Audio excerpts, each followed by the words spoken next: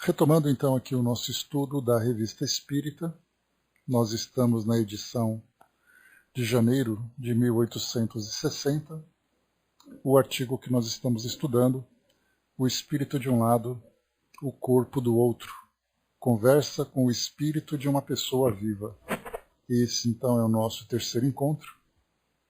Nós vimos na reunião passada, Kardec, então, conversando com o senhor, pegando aqui direitinho o nome dele, com o Conde de R, o senhor Conde de R, que ele, então, tendo aquele problema de gota, aquele problema na coluna, ele, então, falava que ficaria em casa, em repouso, e se colocava à disposição da sociedade, fazendo ali uma comparação, da mesma forma. Chama aí, Zé, o braço, que a gente vai fazer uma visita para você. Pode deixar. Janeiro de 1860. Então, ele fazia uma comparação entre muitos cientistas que, após a desencarnação, ou após a morte, porque nós falamos da visão científica de muitos, depois da morte, então, ele colocava ali, entregava o seu corpo à disposição da ciência, para fazer ali todas as análises, as dissecações, os estudos anatômicos, enfim. E ele então, tendo ali um entendimento sobre a realidade espiritual, ele também se colocava à disposição para ser evocado durante o seu repouso, durante o seu sono físico. E assim foi feito. Nessa evocação, nesse contato, Kardec então, e assim como também outros colaboradores, procuravam explorar as percepções dele na condição de desencarnado, perguntando para ele sobre deslocamento, sobre a forma como ele se via, se era mais sonâmbulo ou se era mais desdobrado mesmo. Falava sobre o entendimento dele sobre a realidade da vida material, agora a partir de uma perspectiva espiritual. A audição, falava sobre a percepção da luz, o vínculo do corpo perispiritual com o corpo físico através daquele cordão prateado.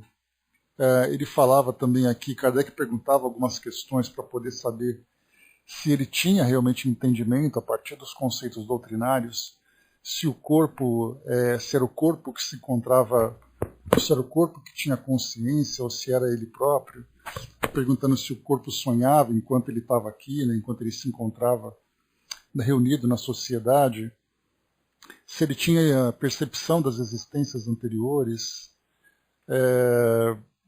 a visão dele, se tinha outros espíritos por perto. Então, ele fez ali várias perguntas para realmente fazer um estudo mais técnico dessa questão, já que, como eles colocaram aqui anteriormente, foi feita a evocação de uma pessoa viva, que era um senhor, cuja filha tinha desencarnado, e ele tinha então pedido que fizesse a evocação da filha, para que se manifestasse através de um médium, e que ele fosse também evocado, para se manifestar através de outro médium, ao mesmo tempo, para que ele pudesse então conversar com a filha.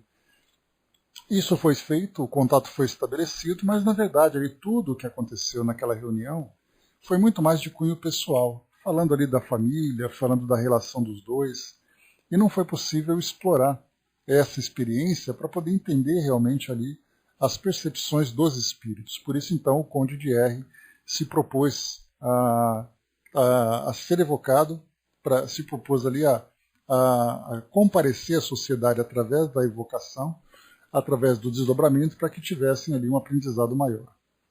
Perguntou aqui na 54, no final, se ele poderia ir a outro planeta, e foi explicado que poderia, desde que fosse semelhante à Terra, se ver os espíritos. Deixa eu voltar um pouquinho aqui. E aí então nós paramos aqui na página número 62. Só para recapitularmos, na 60, Kardec perguntou se o perispírito é um corpo, e ele coloca aqui sim, evidentemente. Vosso espírito imita a forma do vosso corpo material, e vos parece que aqui estáis com o vosso corpo? Ele coloca sim para a primeira pergunta, ou seja, o perispírito imita a forma do corpo. quanto à primeira pergunta, e não quanto à segunda. Tenho perfeita consciência de estar aqui somente com o meu corpo fluídico luminoso. Kardec, então, agora entrando no nosso estudo de hoje, ele pergunta, poderíeis dar-me um soco? Sim, mas não o sentiríeis. Poderíeis fazê-lo de maneira sensível? Isso é possível, mas não o posso aqui.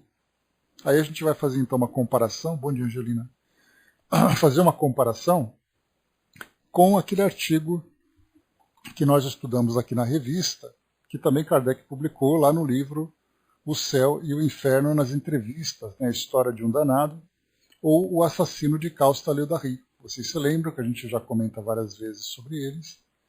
E aí então o que despertou, né, o que deu ali, o que desencadeou todo o interesse para conhecer a história daquele espírito, fazer ali, prestar o auxílio de que ele precisava, a história mesmo começou com uma agressão.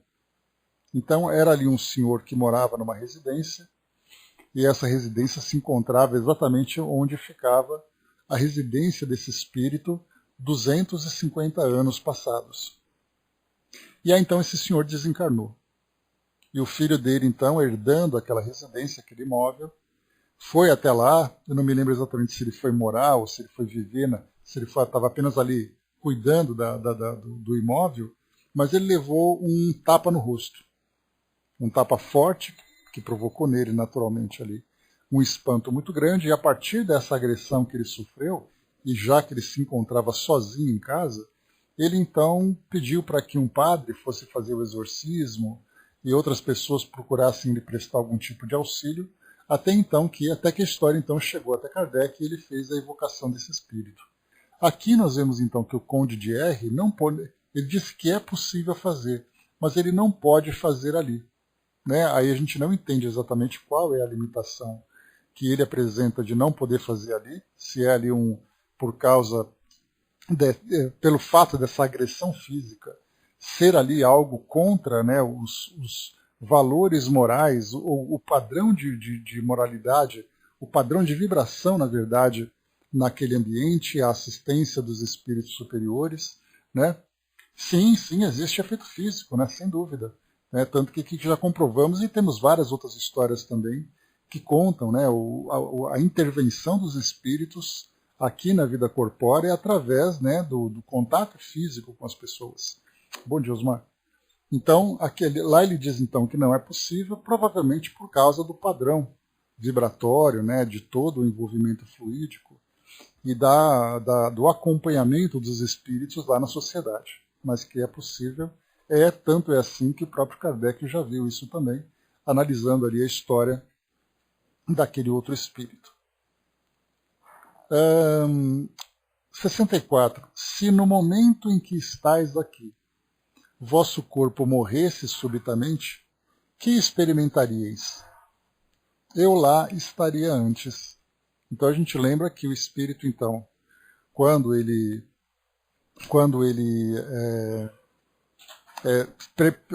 se encontra em desdobramento e ele tem ali algum pressentimento de que algo vai ameaçar sua tranquilidade ou vai ameaçar sua integridade, ele rapidamente então retorna ao corpo físico. Esse espírito mesmo já trouxe como esclarecimento, assim como também outros relatos nesse sentido. O espírito então se desdobra, viaja pelo espaço ali para onde ele tem interesse, e rapidamente, quando ele percebe que alguma coisa o ameaça, ele volta rapidamente. Inclusive, algumas vezes, né, provocando algumas sensações físicas nas pessoas. Né? Então nós temos alguns relatos que lembram, por exemplo, aquela sensação de queda. A pessoa acorda assustada porque tem aquela sensação de cair. Aí alguns estudos, né, mostram ali que, claro, não é uma confirmação, porque não foi feito com uma metodologia científica, né, mas algumas observações levam então à conclusão de que é o espírito, né, que em desdobramento ele volta de uma forma muito rápida, e no momento em que ele se ajusta ao corpo físico, provoca então aquela sensação no espírito de que ele cai, e aí então ele acorda assustado, né? Tanto na adolescência como em várias outras, né? Até mesmo no adulto, que depende ali é a forma como ele desdobra e a forma como ele retorna ao corpo físico, né? Então, temos ali várias situações dessa natureza. Então, aqui, esse é um dos casos, né, que nós vemos aqui, então, que ele apresenta, né? Se por acaso ele estivesse ali morrendo subitamente, lá ele estaria antes. Então, esse retorno faz com que o espírito, então, recobre toda a sua consciência corporal e para compreender aquilo que ele vai, então, vivenciando, né? Vamos lá, Angelina, tem que ter paciência e perseverança. Na questão 65, ficaríeis desembaraçado mais prontamente do que se morresseis em circunstâncias ordinárias? E ele coloca muito, quer dizer, seria muito mais fácil para ele, né? Não tornaria a entrar senão para fechar a porta, depois de haver saído. Então o espírito, então, estando desdobrado, ele apenas retornaria ao corpo físico para retomar aquela consciência corporal, e aí então ele passaria por aquele desprendimento, né, o desprendimento completo por causa da desencarnação, e depois então ele retornaria à sua condição de desdobramento. Na questão 64, que nós vimos agora, que eu comentei com vocês então sobre essa volta rápida do espírito, a gente lembra que hoje nós temos estudos nas neurociências, principalmente naquelas que estudam o sono, os sonhos, né, que ainda são temas bastante enigmáticos para nós, que ainda não trazem para nós uma resposta conclusiva, exatamente porque entrar no ambiente mental, que é um ambiente imaterial, e é um ambiente ali que não traz para nós, né, uma regra, porque cada um ali tem suas próprias ideias, cada um ali tem, tem o seu conteúdo mental, né?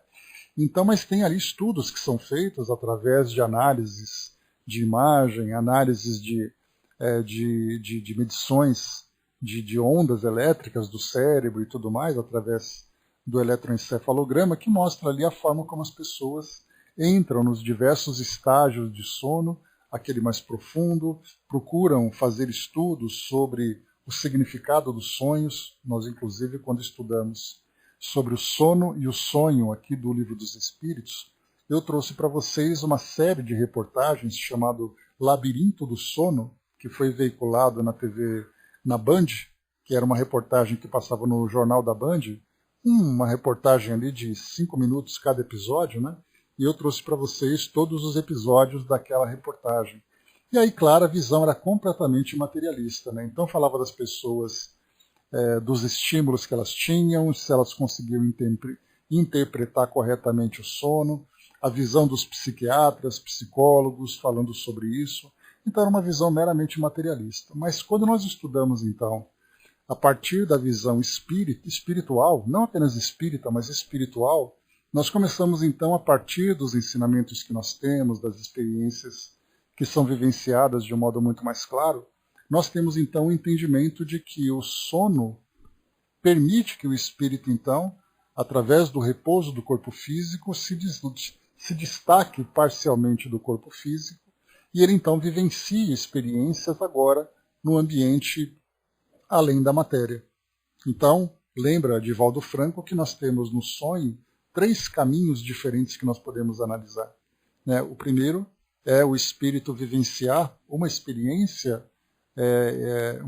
de desdobramento propriamente, onde o espírito, então, desprendido do corpo físico, ele vê, ele percebe, ele viaja, ele faz ali diversas atividades nessa situação, que podem ser ali positivas ou negativas, né, dependendo da condição do espírito e dos seus interesses. Nós temos ali conflitos psíquicos que o espírito vivencia, que isso pode se manifestar através de imagens produzidas pela sua mente. E aí então nós temos, né, os psicanalistas que procuram utilizar esse recurso para tentar entender um pouquinho daquilo que a pessoa vivencia, né? Freud falava bastante dos conflitos da sexualidade, dos conflitos sexuais que uma pessoa vivenciava, que acabava depois ali sendo elaborado pela mente, né? E temos também um terceiro caminho, que são os estímulos do mundo material, que nós vivemos, né? Então um dia bastante estressante, um dia com muitas atividades, as informações que nós recebemos com frequência, isso vai fazendo com que nós armazenemos essas imagens e geremos também algumas sensações que traz para nós a ideia traz para nós o sonho. Então temos esses três caminhos. Mas então, quando nós falamos sobre a questão do desdobramento, do espírito então se desprender parcialmente do corpo físico, alguns fenômenos são observados quando nós fazemos os estudos pela perspectiva espiritual. Então, esse caso que nós vimos, né, dessa sensação de queda, é uma dessas sensações, que, claro, pela ciência vai dizer que nada mais é do que um sonho que o espírito teve, uma imagem que ele produziu, mas nós podemos entender também como fenômeno do desdobramento propriamente dito, compreendendo esse fenômeno como sendo um fenômeno anímico, ou seja, um fenômeno que pertence à alma, né? O espírito vivencia ele, que pode ser com maior ou menor clareza, com maior ou menor intensidade, esse tipo de experiência. E um outro caso que nós podemos analisar também é com relação à paralisia do sono, que também é um tema bastante estudado pelas neurociências, mas que também atribuem apenas uma questão neurológica.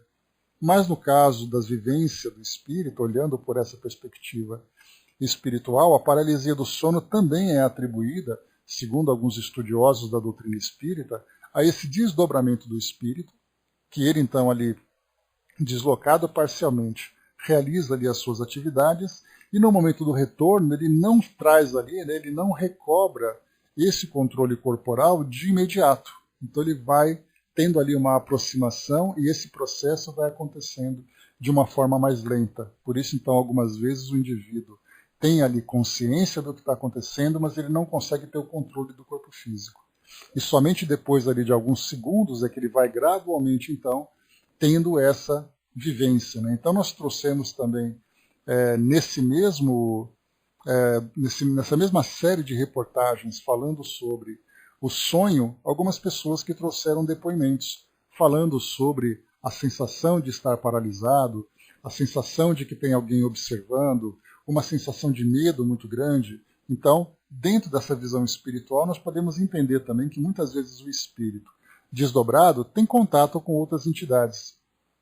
E esses espíritos, então, podem ser ali, provocar uma sensação positiva ou uma sensação negativa. E aí, então, quando o espírito retoma o controle do seu corpo, e isso vai se dando gradualmente, ele tem essa sensação de dificuldade para poder retomar esse controle, e ao mesmo tempo ele tem a percepção do plano espiritual. Então ele ouve alguns sons estranhos, ele tem essa sensação de medo, ele tem a percepção de ser observado, e isso faz parte também desses fenômenos que dizem respeito ao corpo físico. Né? Então tem várias situações que nós vamos vivenciando, né, nesse processo do espírito vinculado ao seu corpo físico e também nesse processo de desdobramento. Bom dia, Sonja, bom dia, Gilda, bom dia, embaixador. O braço colocou ali, né, um dia dormi um sono profundo, quando acordei meu coração estava quase parado, né? Meti a mão na cara dele. Pois é, Bras, dá essas ideias, né, essas vontades. Dudu lembrou também aqui, né, também tem aqueles casos onde você se vê caindo ou se jogando de um pico alto, né, e nessa queda você acorda de repente. Né? Nisso, eu sempre disse que devo ter sido Ícaro, né, numa vida passada, porque, né, o que eu caía de morro e picos, né, não era mole. Então, é exatamente essa sensação. O espírito, então, se desloca e nesse retorno, então, provoca esses fenômenos, né, esses fenômenos muito mais físicos, né, porque da mesma forma que nós vimos aqui também, nesse mesmo artigo, que nós lemos aqui anteriormente, né, bom dia, Elcio, que nós vimos aqui anteriormente, né, que Kardec perguntou para uma outra pessoa, que ele até comentou aqui, fez um comentário nessa mesma entrevista que nós estamos acompanhando, aquela ideia de que o espírito é como um balão amarrado a um poste. Conforme o balão se agita, ele também agita o poste. Portanto, esse desdobramento pode provocar algum cansaço. Kardec perguntou isso para esse espírito, para o Conde de R. Deixa eu voltar rapidamente aqui para ver se eu encontro esse comentário, que é interessante para a gente trazer aqui. Deixa eu ver aqui, só um instantinho. Deixa eu ver se eu encontro aqui, porque é um comentário que Kardec fez, né?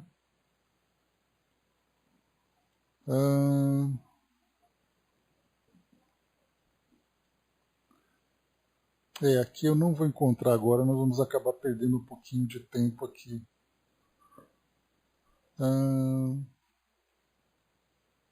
Tá aqui, ó. Na questão número 32. O vosso corpo sonha? Ele coloca não. É justamente por isso que não se cansa. Porque aqui anteriormente, na 31, vossa presença aqui fatiga o corpo? Absolutamente. Aí Kardec então emenda uma outra pergunta, já para conectar um assunto com outro, porque Kardec vai fazer observação aqui de uma situação observada anteriormente. Vosso corpo sonha? Não. É justamente por isso que não se cansa. A pessoa da qual falais experimentaria por seus órgãos impressões que se transmitiam ao espírito. Era isso que a fatigava. Não experimento nada semelhante. Então aqui, né, Kardec não comenta, mas ele coloca aqui, né, que a pessoa da qual falais experimentaria por seus órgãos impressões que se transmitiam ao espírito. E nesses órgãos nós podemos colocar, por exemplo, né, a questão de palpitação, estresse muscular. Né? Então a gente vê assim que essas são reações que o corpo vai apresentando, que o corpo vai apresentando pelo fato de ser influenciado pelo espírito. Né? E Kardec então comenta, né? Ele faz alusão a uma pessoa de que se falava no momento e que em semelhante situação tinha dito que seu corpo se fatigava e havia comparado seu espírito a um balão cativo cujas sacudidelas abalam o poste que o retém. Esse comentário, então, aqui Kardec inseriu no Livro dos Espíritos, falando sobre essa questão do efeito do desdobramento do espírito sobre o corpo físico. Bom dia. Voltando então, vamos lá. Questão, nós estávamos 65, né? Vamos aqui. Muito bem.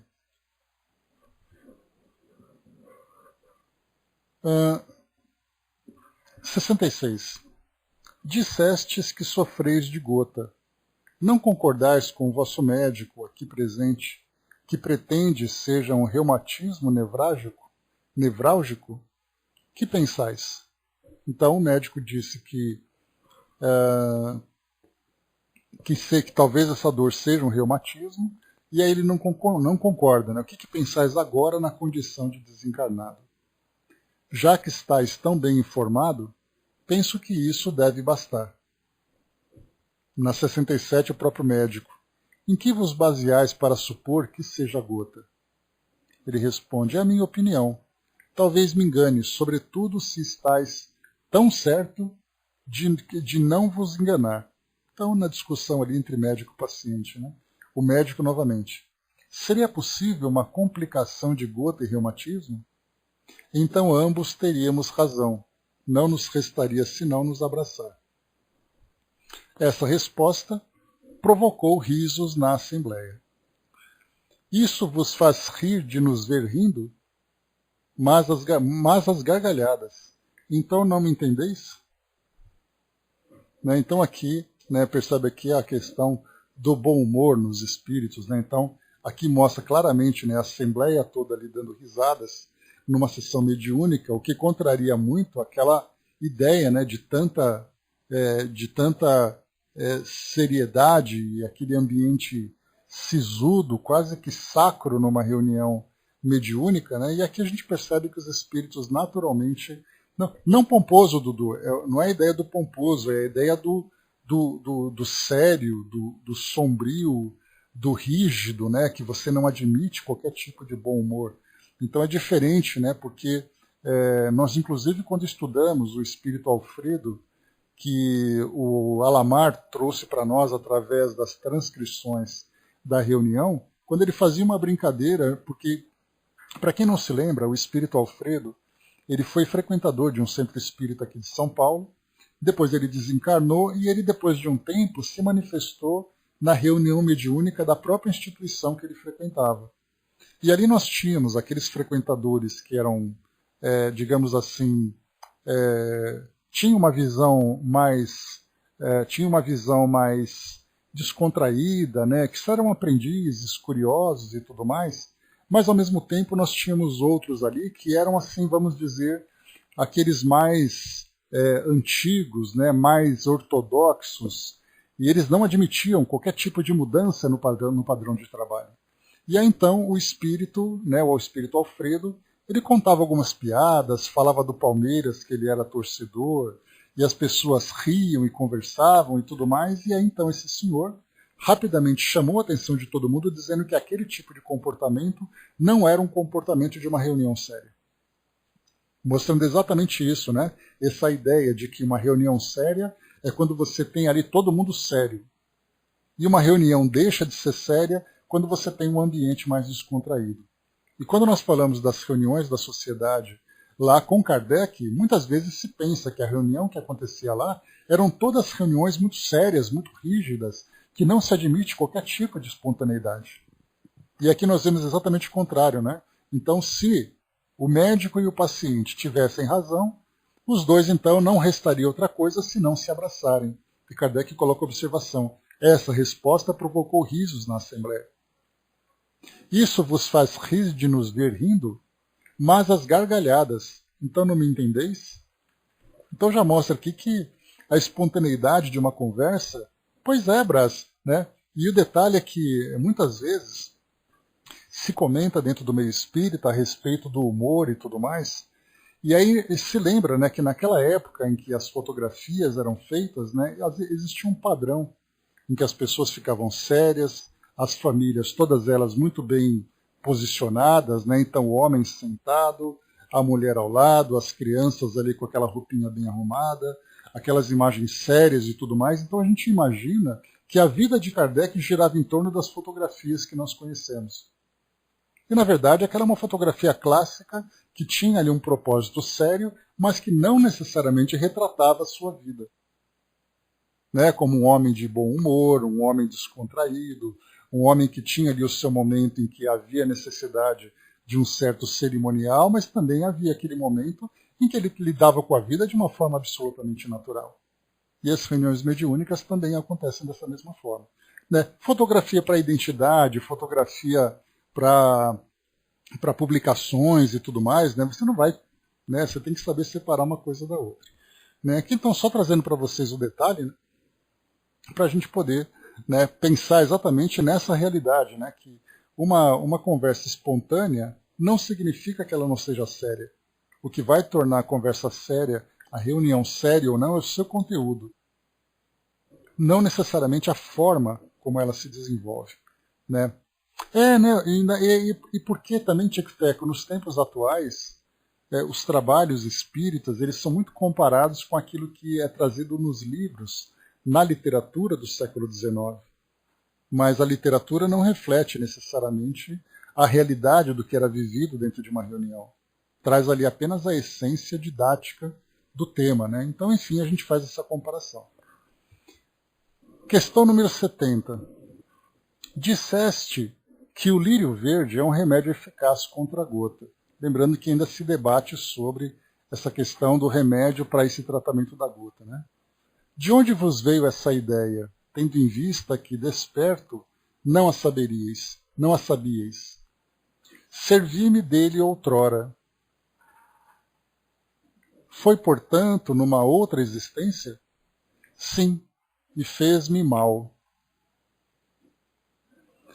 Se vos fizessem uma pergunta indiscreta, ver-vos-íeis constrangido a respondê-la?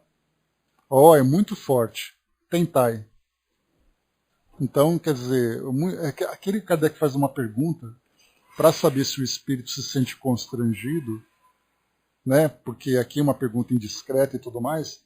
Essa é uma questão muito válida, porque durante a sua vida cotidiana, a impressão que dá é que o indivíduo tem uma personalidade. Em desdobramento, ou ele fica mais constrangido, ou ele fica mais espontâneo, né? Vai mudando ali pelo fato dele estar vendo a vida por uma outra perspectiva. Então, quando Kardec pergunta se fosse feita uma pergunta indiscreta, ele se veria obrigado a respondê-la? Aí ele colocou, é muito forte, né? Então, tentai. Assim tendes perfeito livre-arbítrio? Mais que vós. ou seja, o espírito então tem o livre-arbítrio dele, ele responde se quiser, do jeito que quiser, né? O que acontece, né, bem diferente do que a gente vê, por exemplo, numa reunião de atendimento a espíritos sofredores, ou mesmo numa reunião de desobsessão, quando nós temos ali o espírito, então ele fica constrangido a se manifestar naquele ambiente. As perguntas que são feitas são perguntas em que ele é forçado a responder por um constrangimento imposto pelos trabalhadores do plano espiritual que estão ali. Muitas vezes muitas vezes não, sempre, né? Perguntas relacionadas com aquelas circunstâncias da obsessão. Por que você está fazendo isso para essa pessoa? Ele pode dizer que não quer dizer, né? Ele pode dizer que ele pode se recusar a responder. E aí então, muitas vezes ele se sente constrangido a responder, né, naturalmente contra a sua vontade. E isso porque os espíritos, então, vinculados mentalmente a ele, fazem então com que ele responda, porque aquela pergunta diz respeito ao tratamento que está sendo desenvolvido naquele momento, né, tanto envolvendo o encarnado como ele próprio. Mas aqui numa conversa espontânea, como nós estamos vendo, ele tem muito mais livre-arbítrio do que nós aqui, encarnados. Aí Kardec faz uma observação a esse respeito. Em muitas ocasiões, a experiência tem provado que o espírito, isolado do corpo, conserva sempre a sua vontade e não diz, senão o que quer. Compreendendo melhor o alcance das coisas, é mesmo mais prudente e discreto do que quando se acha desperto. Quando diz uma coisa, é que julga útil dizê-lo. Então, não apenas essa questão do livre-arbítrio, mas também do próprio bom senso do espírito, pelo fato de ter uma compreensão maior das coisas. Alguns espíritos, né, tendo livre-arbítrio e tendo essa visão mais ampla do plano espiritual, né, a partir do plano espiritual, muitas vezes ele tem vontade de dizer muitas coisas. Mas aí então ele tem que ser contido para não dizer. Porque aí nesse caso são espíritos ainda que não têm uma compreensão, não têm ali valores bem desenvolvidos, não tem ainda uma compreensão daquilo que ele está vivenciando. Então, por exemplo, nós fazemos a evocação de um espírito que ainda é um espírito moralmente, né, dentro de um padrão, vamos dizer assim, da nossa sociedade humana. Então é um espírito ainda que não tem conhecimento, não tem esclarecimento moral, não tem valores desenvolvidos, não pensa nas consequências. E aí então, vendo as coisas do plano espiritual, ele pode ver situações que ele tem ali uma vontade enorme de contar. Que ele viu tal coisa, que ele viu tal pessoa, que ele soube de tal segredo, que ele esteve em tal lugar, então ele quer contar.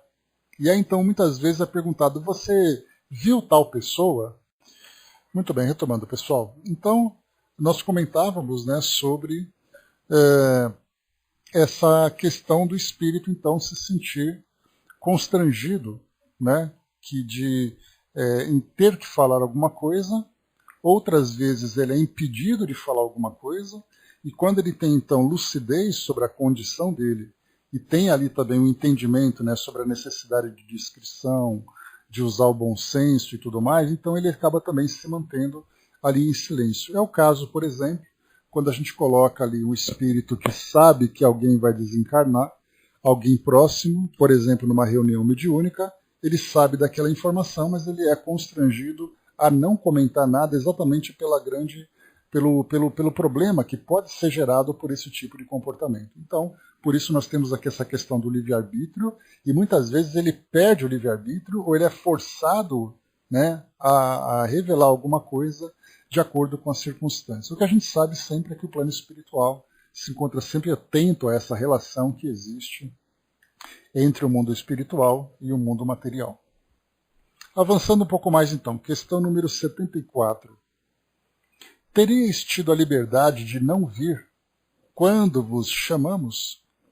Sim, livre de sofrer as consequências. Porque aqui nesse caso ele não foi então forçado a chamar, mas tudo aquilo que foi organizado, combinado entre eles, né, era de acordo com, né,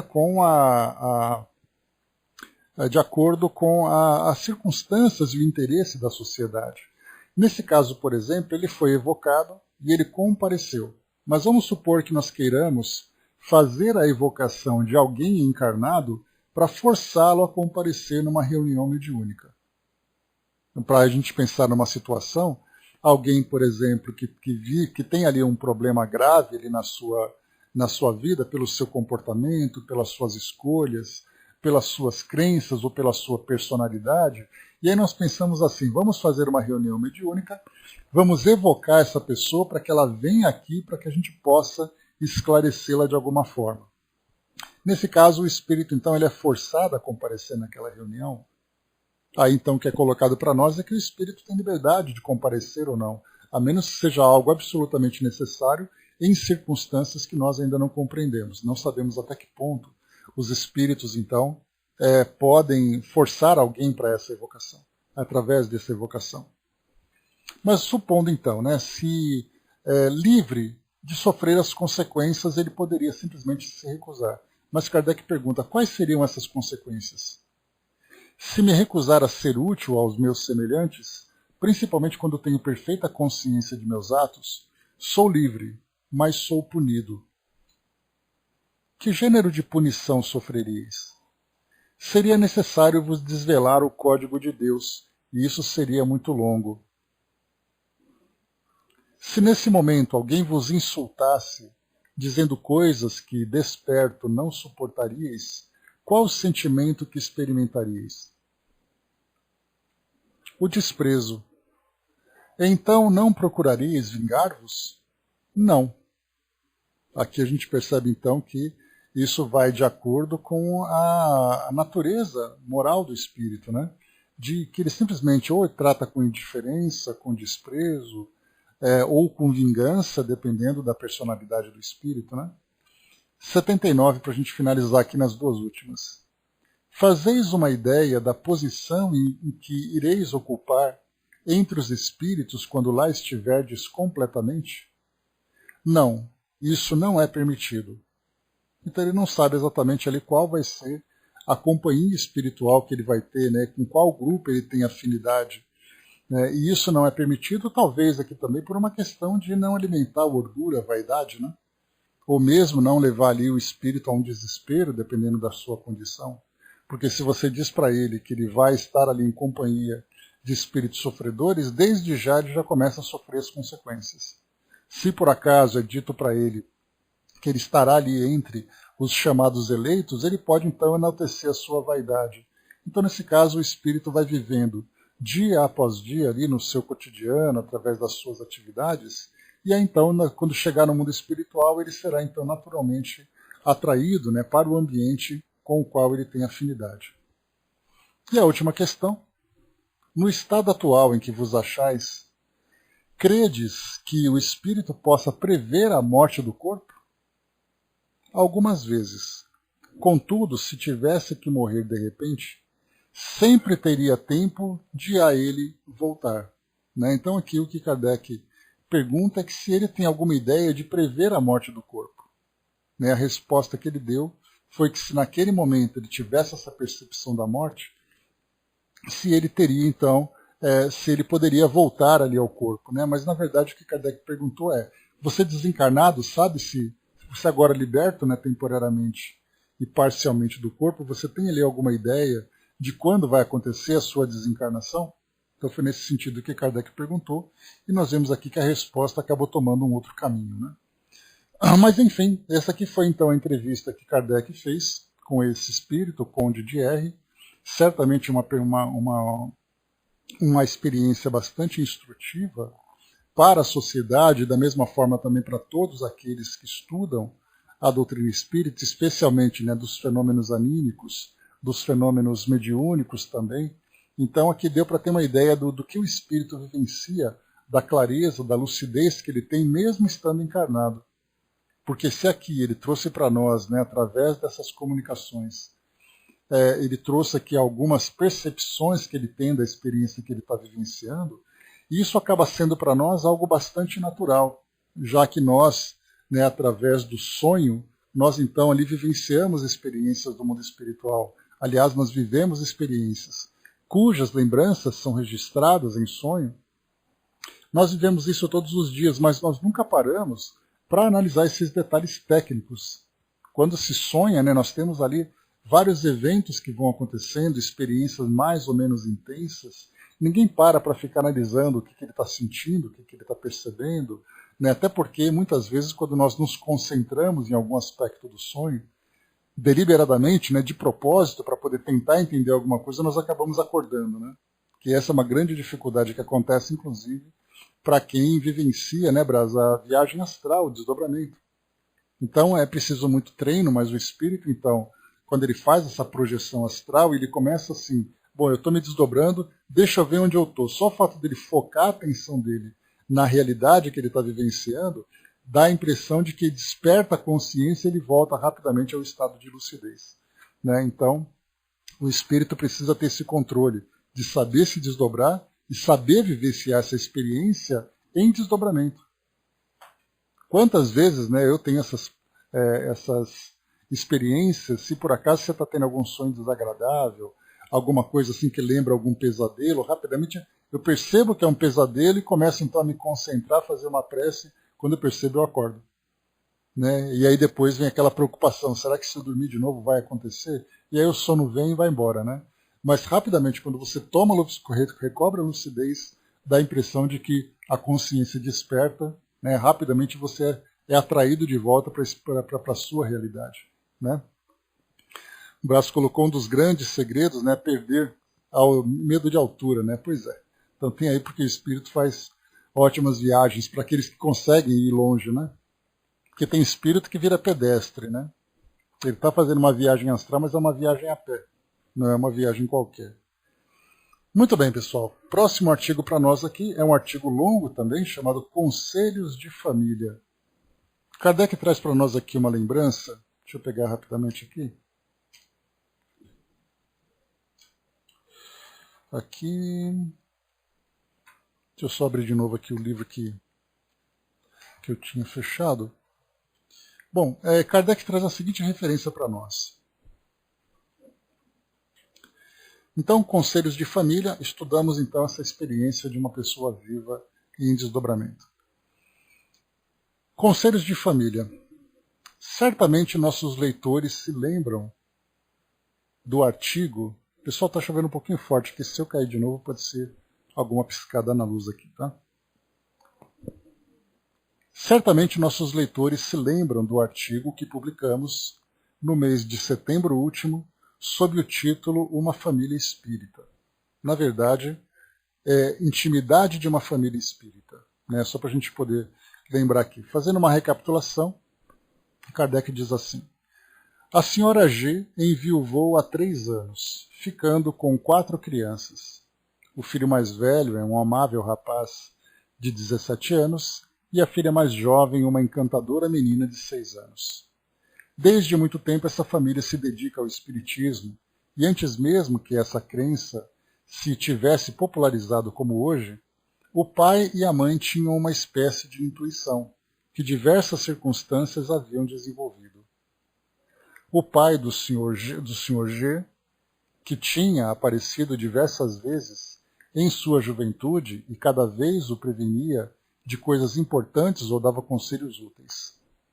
Fatos do mesmo gênero igualmente se haviam passado entre seus amigos, de sorte que para eles a existência de além-túmulo não era objeto da mais leve dúvida, assim como não o era a possibilidade de nos comunicarmos com os seres que nos são caros. Avançando um pouco mais aqui nesse mesmo artigo. Entre mentes, o Sr. G adoeceu e, pressentindo o fim próximo, reuniu os filhos e disse-lhes: filhos queridos e esposa muito amada, Deus me chama para ele.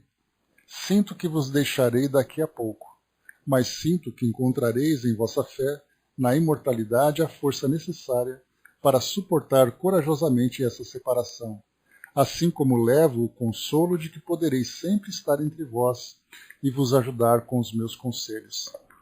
Chamai-me, pois, quando eu não estiver mais na terra, virei sentar-me ao vosso lado, conversar convosco, como fazem os nossos antepassados.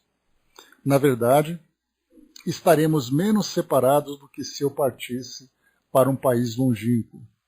Depois aqui, então, toda a conversa vai acontecendo, ele vai comparecendo em várias reuniões da família, vai inclusive dando conselhos para os filhos, chamando a atenção por causa desse ou daquele comportamento, ou seja, a família continuava reunida e vivendo essa relação tão estreita entre encarnados e desencarnados, né, após a desencarnação, então, do esposo e do pai.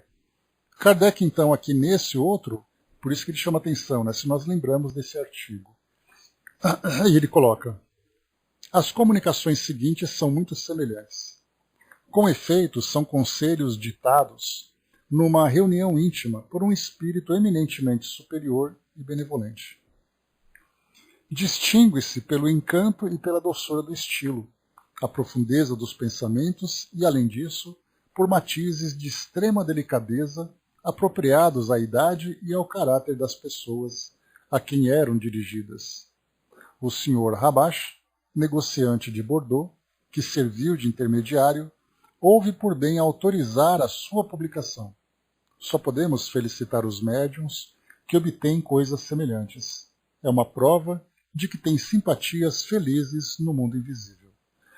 Então aqui Castelo de Pechbusk, novembro de 1859. Nós tivemos aqui então várias sessões, né? Vamos ver aqui algumas delas. Então Kardec começa aqui. Primeira sessão. Foi perguntada ao espírito protetor da família se ele podia dar alguns conselhos aos membros presentes.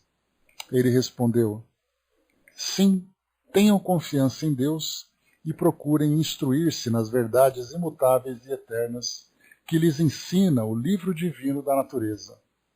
Ele contém toda a lei de Deus, e os que sabem ler e o compreendem são os únicos a seguirem o verdadeiro caminho da sabedoria. Que nada do que vejam seja negligenciado, porquanto cada coisa traz em si um ensinamento, e deve, pelo uso do raciocínio, elevar a alma para Deus e dele aproximá-la. Em tudo quanto ferir a inteligência, procurem sempre distinguir o bem do mal. O primeiro para o praticar, o segundo para o evitar. Antes de formular um julgamento, voltem sempre o pensamento para o eterno, que os guiará ao bem, e não os enganará jamais. Então essa é a primeira orientação que foi apresentada nessa primeira sessão, uma orientação assim sábia, como é típico, né, dos espíritos que chegam até nós num primeiro contato, numa aproximação, e isso porque depois de uma certa frequência, os assuntos naturalmente tendem a se tornar um pouco mais íntimos, mais específicos, de acordo com a experiência de cada um, né? Mas aqui a gente percebe então, nesse início, nesse começo, sempre estudar, sempre ter essa confiança em Deus. Na segunda sessão: boa noite, meus filhos. Se me amais, procurai instruir-vos. Reuni-vos muitas vezes com esse pensamento. Ponde vossas ideias em comum. É um excelente meio, pois em geral não comunicamos senão as coisas que julgamos boas. Temos vergonha das más. Assim são guardadas em segredo ou só são comunicadas aos que queremos tornar cúmplices. Distingue-se os bons dos maus pensamentos, porque os primeiros podem, sem nenhum receio, ser transmitidos a todo mundo, ao passo que os últimos não poderiam, sem perigo, ser comunicados senão a alguns. Aqui ele faz um comentário que ele é bastante próximo, né, das três peneiras de Platão, né? Então ele coloca lá primeiro, né, a caridade, depois a verdade, depois a utilidade. Então pensamentos bons podem ser transmitidos a todo mundo, mas aqueles que não são bons, então eles precisam ser ali, né, reservados, né? Isso quando se tornam úteis para alguma coisa. Quando vos vier um pensamento para julgar de seu valor, perguntai-vos se podeis torná-lo público sem inconveniente, e se não fará mal. Se vossa consciência vô-lo autorizar, não temais, vosso pensamento é bom. Dai-vos mutuamente bons conselhos, tendo em vista somente o bem daquele a quem os dais, e não o vosso. Vossa recompensa estará no prazer que experimentareis por teres sido úteis. A união dos corações é a mais fecunda fonte de felicidades. E se muitos homens são infelizes, é que só procuram felicidade para si mesmos. Ela lhes escapa precisamente porque julgam encontrá-la somente no egoísmo. Aqui a gente vê, né, o sentido dessa colocação. Se você visa a sua própria felicidade, ela é uma felicidade egoísta. Sendo egoísta, portanto, só vai se colher infelicidade. Se é aquela felicidade compartilhada, então é a felicidade que alcança também aqueles que estão próximos, né? Digo a felicidade e não a fortuna, porquanto esta última só tem servido como sustentáculo à injustiça, e o objetivo da existência é a justiça. Se a justiça fosse praticada entre os homens, o mais afortunado seria aquele que realizasse a maior soma de boas obras. Se, pois, quiserdes tornar-vos ricos, meus filhos, praticai muitas ações boas. Pouco importam os bens do mundo, não é a satisfação da carne que se deve buscar, mas a da alma. Aquela é efêmera, essa é eterna. Por hoje é bastante. Meditai esses conselhos e esforçai-vos para pô-los em prática. Aí se encontra o caminho da salvação. Então, dentro da reunião, daquela reunião mais íntima, né, então nós temos mais uma comunicação dessa natureza, né, bastante instrutiva, bastante reflexiva para todos. Na verdade, esse seria, por exemplo, o conteúdo de uma dessas mensagens, né, que nós lemos de Emmanuel, por exemplo, de André Luiz, de Joana, né, com ótimos conselhos, e de outros espíritos valiosos, né? E aqui o interessante foi que essa mensagem chegou durante a reunião, né? Então acaba ali tendo um peso maior, porque ela foi dirigida àquelas pessoas, né? Então isso é bem bacana. Terceira. Então, feita a evocação, o espírito então compareceu. Sim, meus filhos, eis-me aqui. Tende confiança em Deus, que jamais abandona os que fazem o bem. Aquilo que julgais o mal, por vezes só o é em relação às vossas concepções. Muitas vezes também o mal real vem apenas de um desânimo ocasionado por uma dificuldade, que a calma de espírito e a reflexão teriam evitado. Assim refleti sempre, e como já vos disse, reportai tudo a Deus. Quando experimentardes qualquer pesar, longe de vos abandonar a tristeza, ao contrário, resisti e fazei todo o esforço para triunfar, pensando que nada se obtém sem trabalho, e que algumas vezes o sucesso faz-se acompanhar de dificuldades. Invocai em vosso auxílio os espíritos benevolentes. Eles não podem, como vos ensinam, fazer boas obras em vosso lugar, nem obter coisa alguma de Deus para vós, pois é preciso que cada um ganhe por si mesmo a perfeição a que todos estamos destinados. Mas podem inspirar-vos o bem, sugerir-vos conduta conveniente e ajudar-vos com o seu concurso. Não se manifestam ostensivamente, mas no recolhimento. Escutai a voz da vossa consciência, lembrando-vos de meus conselhos precedentes. Com confiança em Deus, calma e coragem. Aqui então mais uma orientação importante, né? Essa principalmente, diante das nossas dificuldades, né? Sempre pensarmos que não estamos sozinhos, que a assistência chega, mesmo que muitas vezes nós não tenhamos ainda essa convicção, mas é através do estudo, da compreensão, que essa convicção vai se solidificando. E aqui o mais interessante, que infelizmente nós encontramos muito isso para nós mesmos e muitas vezes no trabalho que nós realizamos, por exemplo, de atendimento fraterno, é muito comum pessoas pedirem assistência dos espíritos amigos para que determinadas situações sejam resolvidas, sendo que foram as próprias pessoas que criaram e, nesse caso, as próprias pessoas teriam que mudar as condutas e fazerem ali as devidas mudanças e os devidos ajustes. Então os espíritos não podem fazer boas obras em nosso lugar, e não podem obter concessões de Deus para nós, porque é importante e é preciso que cada um de nós ganhemos, pelos nossos próprios esforços, a perfeição que nós queremos, que nós estamos destinados.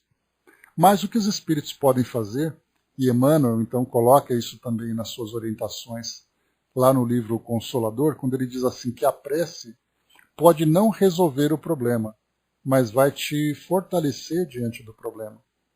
Então essa orientação vem através da prece, que nada mais é do que a evocação de espíritos amigos que chegam diretamente ou indiretamente a partir daquilo que nós oferecemos. E depois então nós temos essa mudança de ânimo, essa mudança de visão daquela situação. Então os espíritos, então, como é colocado nessa mensagem, não se manifestam ostensivamente, mas no recolhimento. E é aí que vem a grande dificuldade para nós, né? Ouvir essa voz silenciosa que fala em nossos pensamentos. Porque nós até queremos, né? Essa visão mais clara daquilo que tem que ser feito. E nós, então, encontramos a própria solução a partir do nosso raciocínio e poderíamos, então, tomar ali as nossas ações. Só que tomados pelo desânimo, nem sempre nós damos valor para as nossas próprias conclusões. E muitas vezes essas conclusões são exatamente as inspirações que chegam para nós, né? Então, essa é a parte importante, né?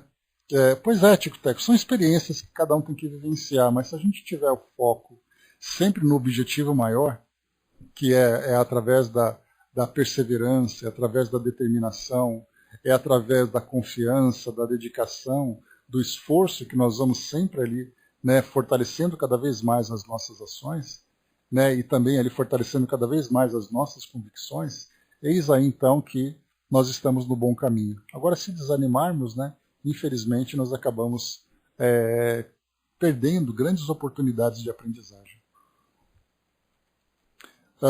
O Elcio colocou, né, o filho pede ao pai qualquer coisa, né? Pois é, e o pai vai dar aquilo que é necessário. Angelina colocou, né, diante da dor, dos sofrimentos, lembremos que existe um pai bondoso que nos ama, né? Então esse é o caminho para o nosso sucesso. Quarta sessão, vamos lá. Boa noite, meus filhos. Sim, é preciso continuar as sessões, até que um médium se manifeste para substituir o que deve deixar-vos. O seu papel de iniciador entre vós está cumprido.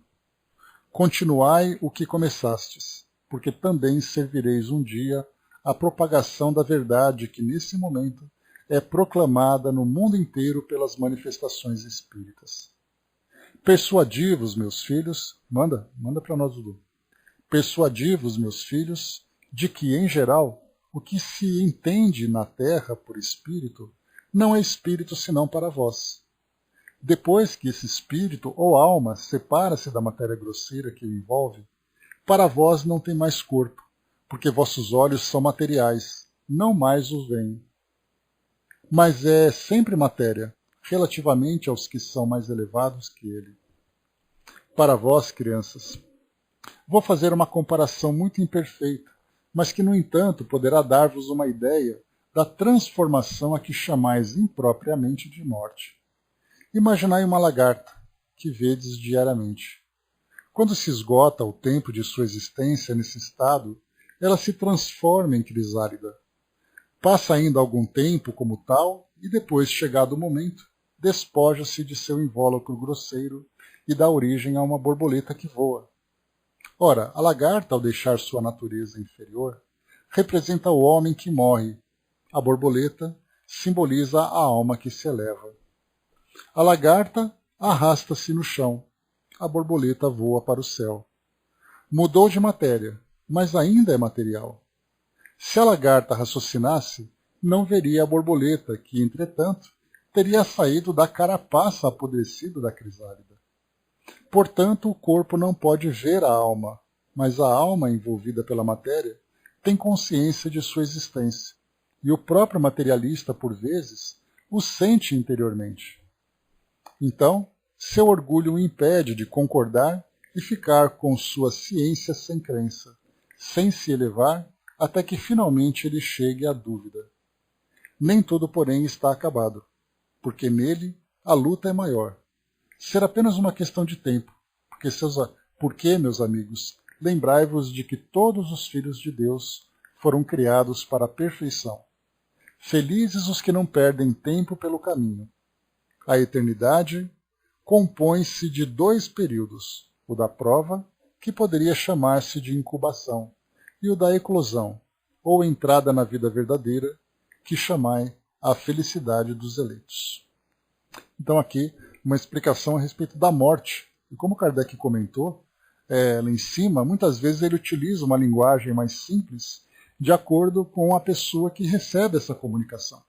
Então muitas vezes fala ali para pessoas que têm um entendimento menor, que têm ali uma idade mais jovem, né? Então acaba tendo uma necessidade de uma linguagem mais figurada para poder facilitar a compreensão. Então nós temos aqui, nosso querido Alírio de Oliveira trouxe para nós mais uma mensagem, que diz para nós assim: pensei que dormia, a noite era longa. Me vi junto a ela, oh, quanta alegria! Os olhos brilhavam, o belo sorriso, o forte abraço matando a saudade. E eu perguntava, ela não respondia. O que seria? No meu sono longo, o desdobramento. E eu rumo ao vento, no sono profundo. Por poucos minutos, senti-me feliz.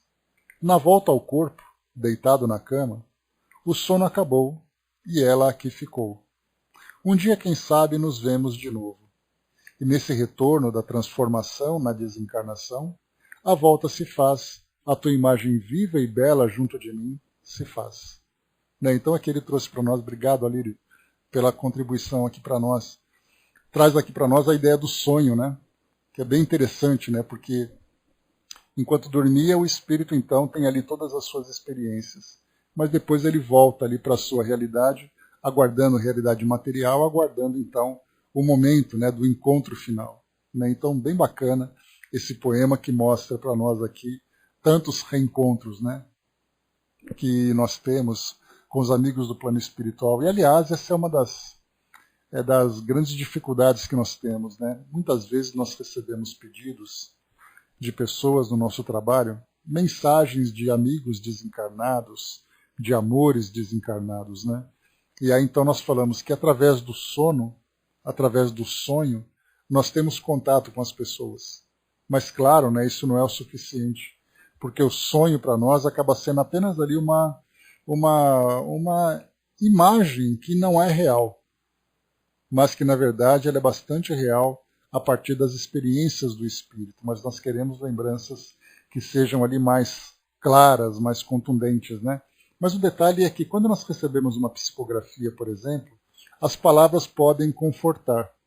Mas através do encontro feito vindo através do sono, nós temos ali o abraço real, a presença real. E aquela impressão fica real. Mas a nossa descrença acaba fazendo com que ela fique ali nublada, né? Fique ali um pouco pálida. Mas na verdade ali o encontro ele é mais real ainda do que a própria comunicação. Então a saudade ali acaba sendo dissipada, sendo diminuída através desse encontro. Então é através desse desdobramento que nós vemos então os encontros com os espíritos amigos que nos acompanham e com aqueles entes queridos que partiram antes de nós. Né? Então, feito aqui para nós. Né? Muito obrigado pela participação, querido Alírio. Então, fica aqui para nós essa mensagem. E aqui depois, na quinta sessão, nós temos aqui apenas mais uma. Deixa eu dar uma andadinha com ela, que diz assim para nós. Né? O Tio Teco lembrou aqui embaixo em Mateus, né? E Jesus lhes disse, né, por causa de vossa pouca fé, porque em verdade vos digo que se tiverdes fé como um grão de mostarda, direis a esse monte, passa daqui para acolá, e há de passar, e nada vos será impossível. A fé ela vai sendo construída gradualmente. E a gente vê que cada um de nós está num grau diferente de construção de fé. Então, fé vacilantes, fés equivocadas, né? Mas a gente vai aos poucos fortalecendo e direcionando para essa fé verdadeira que é a mais importante de todas. Então a quinta sessão diz assim para nós: Meus caros filhos, vejo com satisfação que começais a refletir nos avisos e conselhos que vos dou. Sei que para o atual desenvolvimento de vossa inteligência há simultaneamente muito assunto para reflexão. Contudo, devo aproveitar a ocasião que se apresenta, porquanto dentro de alguns dias esse meio não mais estará à minha disposição. Esse meio no sentido o médium, né? E era necessário ferir a vossa imaginação de maneira a vos sugerir o desejo de continuar as vossas sessões até que algum de vós pudesse substituir o médium atual. Espero que essas poucas sessões, sobre as quais vos incito a meditar demoradamente, terão bastado para vos despertar a atenção e o desejo de aprofundar mais esse vasto campo de investigações. Tomai por regra jamais buscar a satisfação por vã curiosidade, e sim de vos instruir e de vos aperfeiçoar. É útil vos preocupardes com a diferença que possa existir entre o que vos ensinei e o que sabeis ou julgais saber. Cada vez que vos for dada uma instrução, perguntai se é justa e se responde às exigências da consciência e da equidade. Quando a resposta for afirmativa, não vos inquieteis por saber se concorda com o que vos tiver sido dito. Que vos importa isso? O importante é justo, o consciencioso e o equitativo. Tudo quanto reúne essas condições é de Deus. Obedecer a uma boa consciência, não fazer senão coisas úteis, evitar todas quanto, não sendo más, não têm utilidade. Eis o essencial, porque fazer algo inútil já é fazer o mal. Evitai escandalizar, mesmo pelo vosso aperfeiçoamento.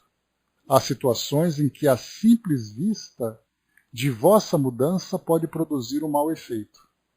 Assim, por exemplo, a luz do dia não poderia, sem perigo, ferir de súbito a vista de um homem encerrado num cárcere escuro. Que o vosso progresso, então, não se entregue à investigação, senão conforme vos aconselhar a sabedoria. Aperfeiçoai-vos sempre. Só o vereis quando for tempo. Aqueles para quem escrevo este conselho compreendem, sem que eu tenha de ser mais explícito. Sua consciência lhes dirá. Coragem, pois, perseverança, são as únicas leis do sucesso. Então esse comentário que a gente coloca aqui é para aqueles que muitas vezes, ou para nós que muitas vezes queremos ir além daquilo que é possível para nós nesse momento.